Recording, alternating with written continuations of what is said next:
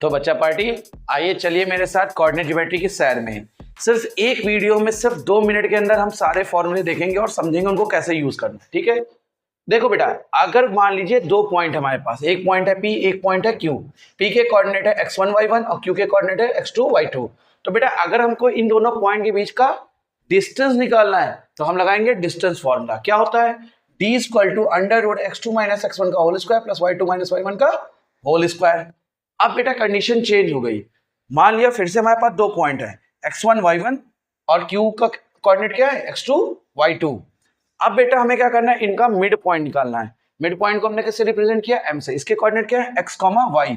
तो बेटा याद रखना, कभी भी हमें मिड पॉइंट निकालना होता है, कभी भी बीच का नंबर निकालना हो, क्या करो? जोड़ के आधा कर दो। कैसे?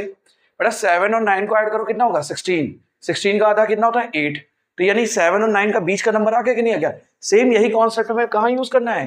इसमें यूज करना है। x इक्वल टू क्या हो रहा है बेटा? x1 plus x2 upon 2, y equal to y1 plus y2 upon 2। तो बेटा हमारे 2 फॉर्मूले क्लियर। अब तीसरा इंपॉर्टेंट फॉर्मूला बेटा, इंटरनल सेक्शन फॉर्मूला। बेटा देखो हमने क्या किया, कोई लाइन, 2 पॉइंट है P और Q, कोऑर्डिनेट वही है x1 y1 x2 y2।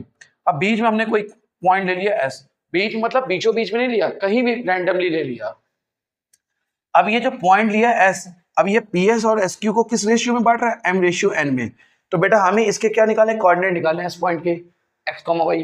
तो बेटा देखो x की वैल्यू निकालनी है। याद रखो बेटा, जब आप इधर का रेशियो लोगे तो आप इस वाले कोऑर्डिनेट से मल्टीप्लाई करोगे, और जब इधर का रेशियो लोगे तो इस वाले कोऑर्डिनेट से मल्टीप्लाई करोगे, मतलब क्रॉस में चलना है।